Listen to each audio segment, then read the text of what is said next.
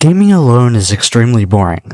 It's especially boring when you open your favorite game, scroll through the game modes as if you're about to have a good session, you queue up, play one match, and then instantly feel like closing it. And the thing is, it doesn't even feel like a decision anymore. It just happens. You play, you feel nothing, you leave. Then you come back later hoping it'll feel different, but it doesn't change.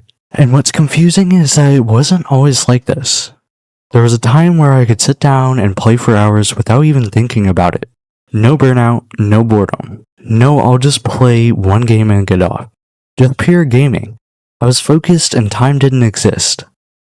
So naturally, I started asking myself, what changed? Did these games get worse? Did I get worse? Or is there something nobody really talks about when it comes to gaming alone? Because once I figured it out, I didn't just fix boredom, I completely changed how I play games forever. And now solo gaming actually feels better than playing with a full squad used to feel. But the reason why is not what you think at all. I wasn't always a solo player. For years, I had people to play with. Friends from school, random teammates that slowly became regulars, Discord calls that stayed active for hours a day, every single day. It was a routine without me realizing it. I'd hop on, join a call, queue up, talk some trash, laugh at stupid moments. I didn't realize it at the time, but the game was just never really the main thing. The people were. The game was just the excuse for everything happening around it, and I genuinely just thought I liked gaming. But looking back, I didn't. I liked the experience surrounding gaming. Then slowly, without anything dramatic happening, everything just started fading. People stopped getting on as much. People got busy with life, caused too much drama, and some just moved on to different things. At first I didn't think much of it, I just kept playing like normal. But eventually I logged in one day and realized something felt off. There was no one there, no call, no invites, no messages saying, "You on?" Just me sitting in a lobby alone, staring at the screen. That's when I had to do something I never really did. Queue alone. No talking, no reactions, no energy from anyone else. Just silence. At first I told myself it was fine, like I'd just grind and focus. But that didn't last long. Because solo gaming doesn't feel like gaming anymore. When you're used to playing with people, it starts feeling like repetition. Everything starts blending together and it's not just boring. It feels empty in a way that's hard to explain. And here's where a lot of people get it wrong. They think they're just bored of the game itself, like the game got worse or outdated. But that's not actually what's happening. The game didn't change, you did. When you play with people, you're only experiencing half the game. The other half is everything you didn't even notice. The reactions, the trash talk, the inside jokes, the random moments that don't make sense, but end up being the things you remember most. These moments are what actually make the experience feel alive. But when you're alone, all of that disappears. And now the game has to carry 100% of the experience by itself. And most games are not built for that. That's why even your favorite game starts feeling repetitive. Not because it got worse, but because you removed the social layer that was silently doing half the work. And once I realized that, I tried forcing myself to enjoy it. I told myself, just play more, just grind, just focus on improving. Just give it time.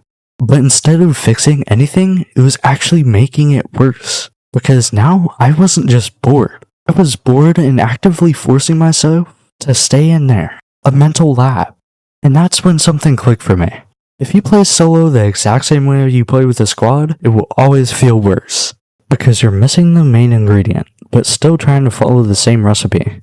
So I decided to change one thing. At first, it was just small rules, random restrictions that honestly didn't make sense if your only goal was winning. That wasn't the point anymore. The point was breaking the loop, because the moment gaming turns into a predictable pattern, your brain holds itself. You stop reacting, you stop thinking, and everything starts to feel like background noise. So I leaned into fighting or challenges on purpose. One game I'd play super aggressive, the next I would slow everything down. One time I'd focus only on mechanics, the next I'd ignore mechanics completely and just play for positioning and decision making. And what that did was force me to actually feel the game again. I wasn't autopiloting anymore. I had to think, I had to adapt. And even though I was playing worse at first, I was enjoying it more than I had in a long time. Because it felt like I was playing a different version of the game every time I started the match. And that's something nobody really tells you. You don't need a new game to feel something new, you need a new approach. that was just the beginning, because variation fixes boredom in the moment. It doesn't build long-term consistency. So I went deeper. I started paying attention to how I was actually playing, not wins and losses, but patterns. I noticed I played worse after losing because I rushed. I played better when I slowed down and actually thought. I was making the same mistakes over and over, not because I didn't know better, but because I wasn't paying attention. And that led to a pretty uncomfortable realization. Most of my bad games weren't because of better players. They were because I wasn't fully there. I was half focused, just going through the motions. So I made another shift. I stopped judging based on results and started judging them based on awareness.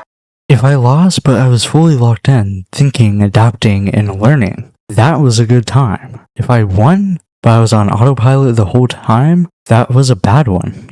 And that changed everything, because now improvement wasn't tied to wins. It was tied to how present I was. And that gave me control, because you can't always control whether you win, but you can control how you play. And once you realize that, solo gaming stops feeling random and starts feeling intentional. Then I added structure. When I used to play with friends, I didn't need a reason to get on. There was always something pulling me in. But alone, that disappeared. So I created it myself. I stopped saying things like I want to fix boredom and started setting clear targets like hitting a certain rank by a deadline or focusing on one mechanic per session or committing to a specific playstyle for an entire day. Then I took it further and gave each session a theme. One day would be about decision making, another about speed, another about staying calm under pressure. And that simplified everything. Instead of trying to improve at everything at once, I focused on one thing at a time and made that progress visible. And visible progress is addictive. That's what was missing. Not fun progress. Because when you don't feel like you're improving, everything feels pointless. But when you can see even small improvements, suddenly every match has some type of fun part. Then I added one more layer that completely changed everything. I started recording it.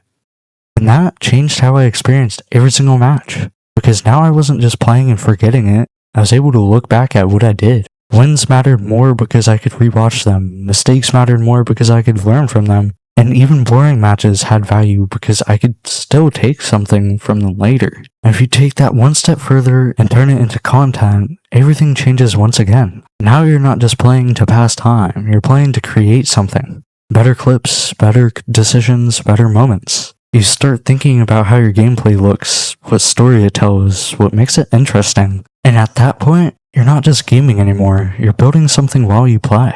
And that's when it all finally clicked. I didn't miss playing with people anymore, not because it's bad, but because I understood what I was actually chasing. It wasn't just the people, it was quite literally everything. And once I rebuilt those things myself, I didn't need anyone else to create that experience for me. I could do it on my own. And that's when solo gaming becomes powerful. Because you're no longer dependent on anyone else to enjoy it. You bring the experience with you. Now this doesn't happen instantly. There's always a place where it still feels off, where part of you still wants the old experience back.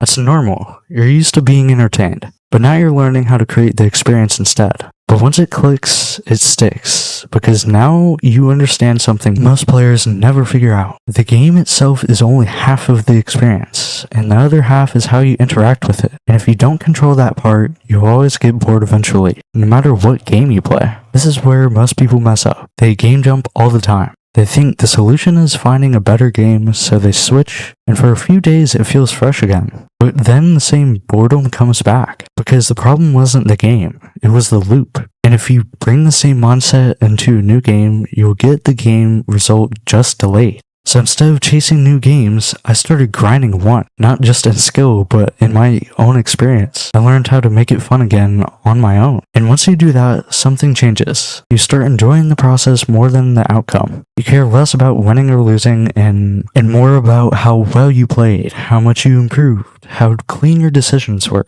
And that's when gaming becomes sustainable again, because now it's internal, not dependent on anything outside of you. And this doesn't just apply to gaming. It applies to anything you do alone. If something feels boring, it's usually not because it's genuinely boring, it's because there's no structure, no variation, and no meaning behind it. Add those things and almost anything becomes fun again. But it takes effort. And that's why most people don't do it. It's easier to blame the game, easier to quit, easier to scroll and look for something new. But if you take control of the experience, you don't need something new. You just need a better way to interact with what you already have. So if you've been feeling bored, playing alone, don't quit.